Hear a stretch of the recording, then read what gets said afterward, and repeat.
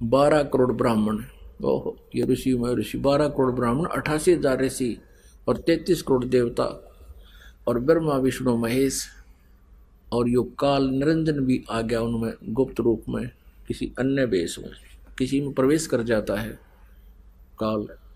तो वहां सब ने भोजन खा लिया, शंख नहीं बजा।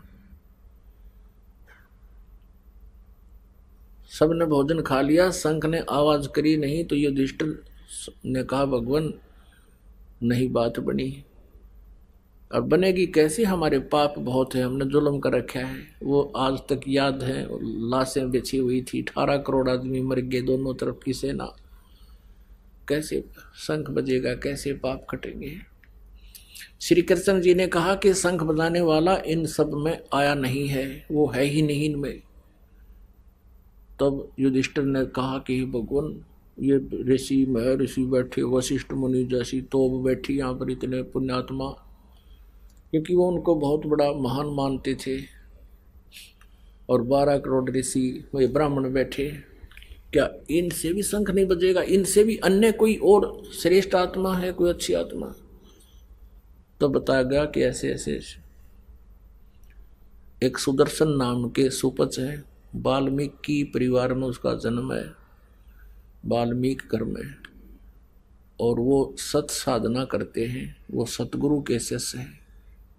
सतगुरु जो तत्वदर्शी संत होता है, अब उनको बुलाने गए, उस साइड में जो आमंत्रित करने की ड्यूटी ला रखी थी भीम की, और भीम गया था कहाँ, सुदर्शन जी के पास। और सुदर्शन जी कौन थे, परमेश्वर कबीर देव जी, वो पूर्ण ब्रह्म अपनी लीला अनुसार प्रत्येक युग में आते हैं और एक ऐसा जीवन जीते हैं। उस समय परमात्मा करुणा में नाम से आए हुए थे, जैसे कलयुग में वो कबीर नाम से आए हुए थे, तो द्वापर में वो करुणा में नाम से आए हुए थे। स्वयं भी एक वाल्मीकि के घर पर वो सहश्री राय थे, बालक रूप धारण किया था, एक वाल्मीकि की दंपति उनको उठा ले गए थे और वो वाल्मीकि नाम से प्रसिद्ध हो गए थे। और उसी वाल्मीकि ग्रुप में एक समुदाय में एक और सुदर्शन नाम के व्यक्ति थे, वो परमात्मा कबीर जी के शिष्य हुए थे, और उसके कारण वो भक्ति से युक्त थे। तो जब भीम गया सुदर्शन जी के पास के महात्मा जी, हे भक्त आप हमारी यज्ञ में आइएगा, मैं युधिष्ठिर राजा का भाई हूँ, भीमसेन मेरा नाम है, इस दिन हम यज्ञ कर रहे हैं, धार्मिक भंडारा है, आप अवश्य आइएगा। सुदर्शन जी ने कहा कि भीम तुम्हारे अन्न को जो खाएगा वो सीधा नरक में जाएगा, तुम तो महा अपराधी, तुमने तो जुल्म कर दिया रे। ऐसे उन विधवाओं की जो सेना में सैनिक मरे हैं, उनके तो आंसू नहीं सूखे हैं, उनके बच्चे रो रहे हैं, अपनी माँ से पूछ रहे हैं हमारा पापा कब आओगा, हमारा पिताजी कब आएंगे। वो बहका रहे हैं बेटा वो फौज में गए हैं, अभी आएंगे। और तुम आनंद भोग रहे हो, तुम सुखी भी रहोगे, तुम सुख की इंतजार करते हो, तुम्हें तो नरक में वास होगा, तुम्हारा नरक में। अब राजा को ये बात कोई कह दे सहन नहीं होती। अब भीम कहने लगा कि भाई भगत बात सुन ले, घना मत बोले, फालतू बात करने की आवश्यकता नहीं है, ना तेरा दो मारूंगा। ये तो मेरे भाइयों से और कृष्ण जी से मुझे उनकी जो है ना लज्जा है, नहीं तो तेरी अभी मैं मुंह को तोड़ देता। आना है तो आइए, ना मत आइए, ज्यादा मत बोल। सच्चाई सुन नहीं सकते जिसके पास थोड़ी सी भी प्रभुता होती है। अब उस युधिष्ठिर ने पूछा कि भगवान कौन है फिर ऐसा जो शंख बजावेगा। श्री कृष्ण जी ने बताया कि ऐसे काशी के अंदर, दिल्ली के इस साइड में एक सुदर्शन नाम का है सुपच, वाल्मीकि घर में जन्म है। वो नहीं आमंत्रित किया तुमने, वो भक्त था। युधिष्ठिर ने कहा कि भीमसेन की सेवा लगा रखी थी, उधर न्योता देने की, निमंत्रण देने की, इनविटेशन यानी उधर न्योता देने वो ही गया था, उसको बुलाया। भीमसेन से पूछा कृष्ण जी ने कि आप उधर गए थे, एक सुदर्शन नाम के महात्मा भगत हैं, उनको आपने निमंत्रण दिया कि नहीं? निमंत्रण दिया तो वो आए किस कारण से नहीं? अब भीम ने कहा भगवान न्योता तो मैं दे दिया था उसको, पर वो तो घना कुबोल आदमी है, वो तो बूढ़ा बोला है। श्री कृष्ण जी ने कहा भाई तूने हमें तो बताना चाहिए था जी, ऐसी समस्या आ गई, हम कोई बनाते उसका कारण, ढूंढते। क्या बोला उसने कि ऐसे ऐसे बोला? क्या कहा?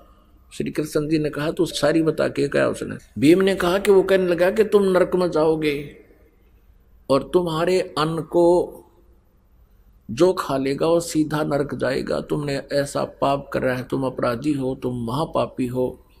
और सुदर्शन जी ने कहा था यदि मुझे तुम्हें अपने यज्ञ में ले चलना है तो मुझे ऐसी यज्ञ 100 यज्ञों का पुण्य मुझे संकल्प कर मुझे दे दे, तब मैं तुम्हारे उस पाप के अन्न को खाऊंगा।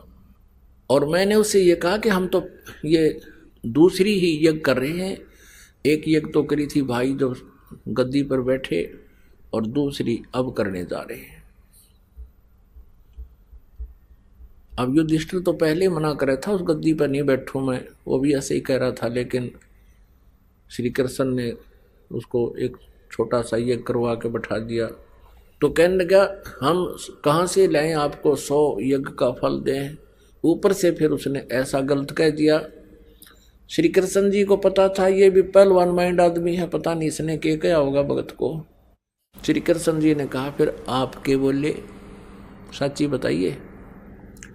अब भीमसेन कहने लगे कि मैंने उससे कहा कि ज़्यादा ना बोले, तेरे मुंह न तोड़ दूंगा, आना हो तो आइए, ना बेशक मत आइए, मुझे श्री कृष्ण और भाई युधिष्ठिर का डर है, नहीं तुझे अभी कर देता तेरा काम। तब श्री कृष्ण जी कहने लगे भले आदमी,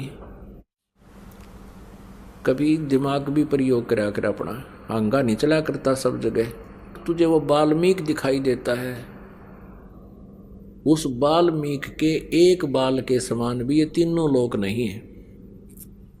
तूने हमें बताना चाहिए था, और संत को ऐसे अपशब्द कहने का दूना पापी हो गया तू। और हमारे साथ चल, उसके चरण छू, माथा टेक, अक्षमा याचना करना लायक, तन तो और काम बिगाड़ दिया।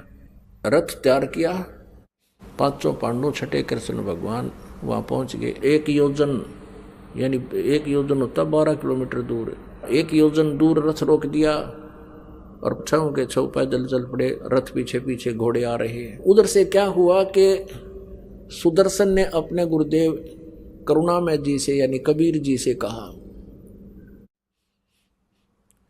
कि भगवान ऐसे ऐसे युधिष्ठिर का भाई आया था भीमसेन, और वो कोई यज्ञ करे हैं भगवान, और मैंने उनको मना कर दिया वहां जाने के लिए।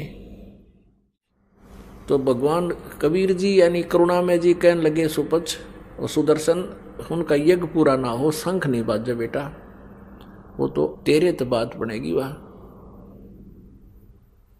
वो फिर आवेंगे और यही नाक रगड़ेंगे तेरे पास आके। अब सुदर्शन ने सोचा ये फिर सिर में दर्द करेंगे हैं, और वो इतने पाप का भोजन उन्होंने बना रखा, मैंने खा लिया तो मेरा तो काम बिगड़ जाएगा। उसने क्या किया कि तू निकल जाए यहाँ से। वो अपना कुटिया छोड़ के, घर छोड़ के, और लंबा टूर प्रोग्राम बना लिया, 15-20 दिन का, बाहर निकल गया। अब परमात्मा कहते हैं अपने भगत की इज्जत परमात्मा रखता है, कहते हैं मेरा भगत पे छोड़ी हुई तो तुम्हारा नाम न लेवे कोई। अब अपने भगत का रूप बना के पूर्ण परमात्मा परम अक्षर ब्रह्म बैठ गए उस सुपच की सुदर्शन की कुटिया में जाके। 5 पांडव आए, श्री कृष्ण जी ने देखा सामने बैठे हुए, क्योंकि जो थोड़े से भक्ति बढ़ जाती है उनकी दिव्य दृष्टि काम करने लग जाती है। और श्री कृष्ण जी को सामने देखे, परम पिता बैठे, चरणों में दंडोत प्रणाम किया। बस की बात नहीं, एकदम आत्मा झुकेगी। जब श्री कृष्ण जी ने प्रणाम किया तो 5 पांडव ने किया। अब वो कौन से खेत की मूड़ी जो श्री कृष्ण प्रणाम करने लग रहे हैं गुरु जी, और उस पहलवान ने भी करना पड़ गया, भीम ने। अब परमात्मा न्यू चाहते थे, यू बालक करते गया गलती, उस दिन गलत बोल गया भगत को पर भी वो माफ़ी मांग लेगा, क्षमा कर देंगे, दयालु बहुत हैं, क्योंकि ये सारे बच्चे उसी के तो हैं। इसलिए मालिक ने खेल खेला, वो पांचों ने दंडोत प्रणाम किया, खड़ा होकर श्री कृष्ण